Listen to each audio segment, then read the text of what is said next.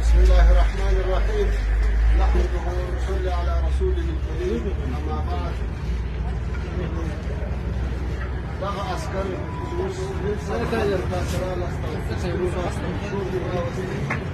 مجاهدینو د شریک استعمال وکړي تاسو ټول ته مبارک تاسو په حقیقت کې یو نوی ژوند پیل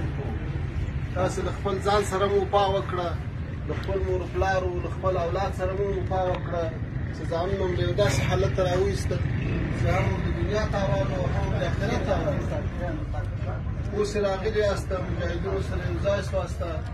انشاءالله د تاسو به احترام کېږي تاسو به په خیر او په عافیت سره خپلو کورو ته رسول کېږي هېڅ تشویش به نه کوو اسلامي امارت چې یو وار له چا سره وعده وکړي بیا په خپله وعده باندې وفا کوي نورو عسکرو ته دې موږ دا پیغام ورسوو هغوی ته دا خبره ورسوو چې نور د دې وخت تېر شوی دی ستاسې نور بې ځایه مقاومت کوئ خپل کارونه خپل کلي خپل ځانونه مه خرابوئ موږ یعنې دا تاسې ته قسم کوو چې موږ د تاسې په مرګ نه خوشحاله کېږو موږ په دې نه خوشحاله کېږو چې تاسې اولادونه یتیمان شي د تاسې مور و پلار به تاسې غمجن شي د تاسې تورسلې کونډې شي دغه هم د موږ هېوادوال دي هغه هم د دې هېواد انسانان دي ټول باید د زړه سوځي ټول باید دا کوشش وکړو چې نور دا ملت نجات پیدا کړي نور له مقاومت نه له بې ځایه مقاومت نه د کفارو له حمایت نه لاس واخلي وروڼو تاسې اوس زموږ وروڼه سواسته تاسې نور مه تشویش کوئ تاسې به رسېږئ د کابل د ادارې بیچارهګانو هغه حالت ته چې دوی یې په یوه لار نه دی روان د نړیوالو ملاتړو یې هغه کیفیت ده چې اوس په دې فکر کې دي چې یوازې د کابل هوایي ډګر څنګه وساتي نو تاسې به ډېر بهترین انداسې خپلو کورو ته ولاړ شئ او نورو ته دا پیغام ورسوو چې د امارت غېږ تاسې ته خلاصه ده موږ خو د دې وطن خلک یو خو د وطن هم زړه دردېږي دا د تاسې اولادونه خپل اولادونه بولو تاسې مور و پلار ته د خپلو پلرو د خپلو مندو په سترګو بولو داسې تاسې تر اوسه په یو داسې لار کې روان واسته چې ډېره خطرناکه وه اوس هم هغه لار پرېښودل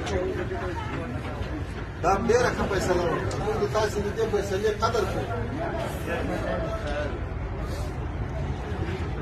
تاسې سره چې کومې وعدې شوي دي په هغو باندې به وفا کېږي دا د اوس وګورئ تاسې یو نیم ساعت 200 کسان رالاستل شوبلې در سره دي نیم ساعت هم نه کېږي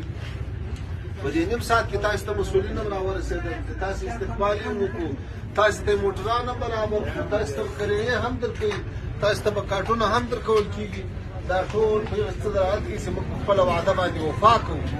او موږ چې له چا سره څه تلفظ وکړو په هغه باندې بیا کلک ولاړ یو تاسې نه غوښتنه دا ده چې د دې بعد زندګي په ښه طریقه تېره کړئ په خپلو کړو وعدو تاسې وفا وکړئ اخلاص وکړئ تقوا وکړئ په دې ملت کې به بیا خدمت کوئ که تاسې په خپله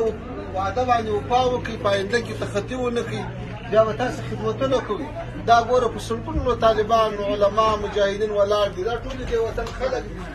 تاسې د دغو خلکو په وضعیت باندې استعمالېدله دغه حالت دغه د نظام چې خپل خلک وزنه په خپلو مدرسو بمبار کوه خپل مکاتب بمباروه خپل کلینیکونو بازارونه بمباروه خپل هېوادوالو لاسونه وتړه خارجیانو ته اسپاره دا یقیني غلطه لار ده هر چا چې په دې لار کې قدم اخیستی باید توبه وکاږي د الله نه مغفرت وغواړي اسلامي امارت خوا د ټولو ته عفه کړې ده له الله تعالی نه معفو وغواړي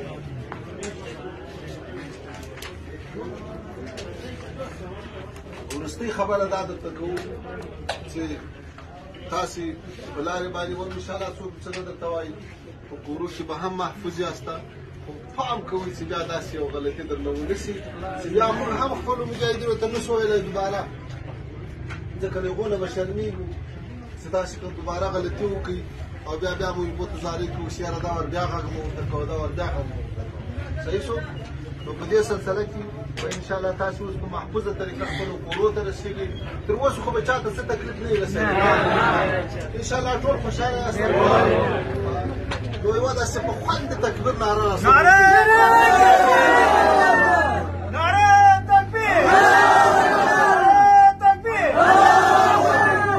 افغانستان اسلامی امارت